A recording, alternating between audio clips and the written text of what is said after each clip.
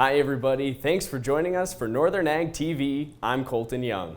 The U.S. Secretary of Agriculture Brooke Rollins announced that the USDA will extend waivers allowing faster line speeds at pork and poultry plants. This will reduce burdens on the industries by getting rid of outdated requirements. Secretary Rollins stated that the U.S. leads the world in pork and poultry production, and the USDA is committed to ensuring producers remain competitive on a global scale without being held back by unnecessary bureaucracy.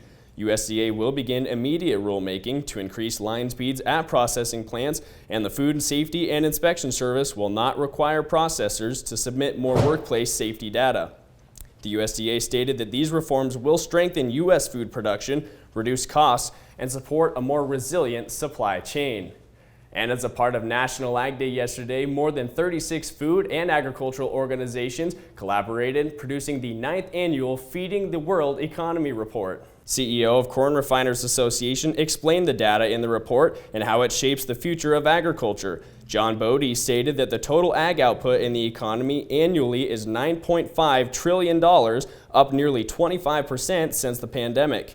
There is stress in the industry, however, declining $100 billion in the last year, with contributions to the overall economy down 2%. The report did show that overall more than 47 million Americans have jobs directly related to food and agriculture.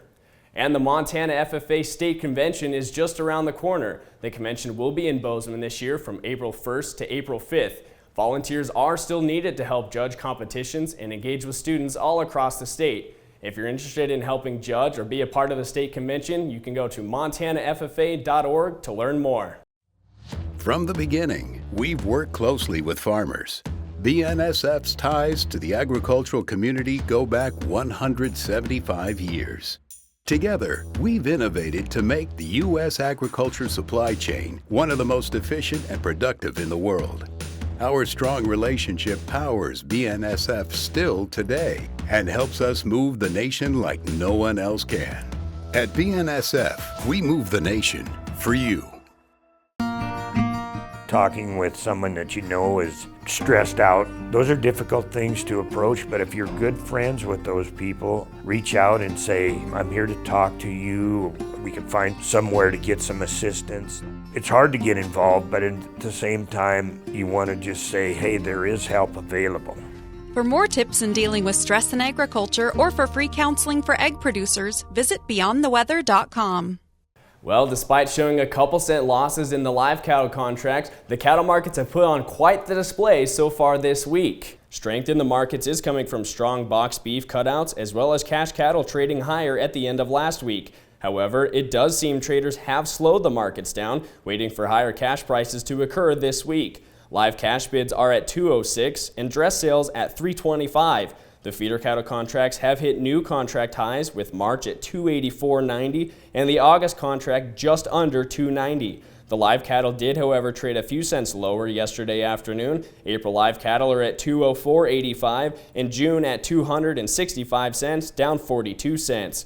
Looking at some of the local auctions, Bowman Livestock sold replacement cows ranging from $2,100 to $2,250, short-term cows $1,900 to $2,100.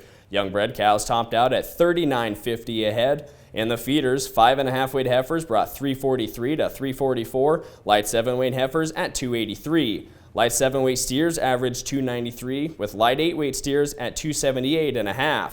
On the spring bull sale front, Whistling Winds Angus sold 55 yearling bulls, averaging $8,900 a head. 50 commercial open heifers averaged $2,400, and the sale topper was $15,750. The grain markets are all showing signs of resistance as driving factors have been rather quiet the last few days. Corn contracts are flat to a few cents lower, with spring demand waiting to boost the contracts to further highs. In the soybeans, South American record large harvest continues to add pressure to the U.S. soy. Futures are down near 3 cents though. The wheat markets are trading lower with the exception of winter wheat. Warmer weather over the Midwest is expected, as well as drier weather for winter wheat harvest. May winter wheat was up a penny at $6.06 and the July contract up 1.25 cents at $6.19. Well, that's going to do it for our Northern Ag TV. Thanks for joining us. I'm Colton Young.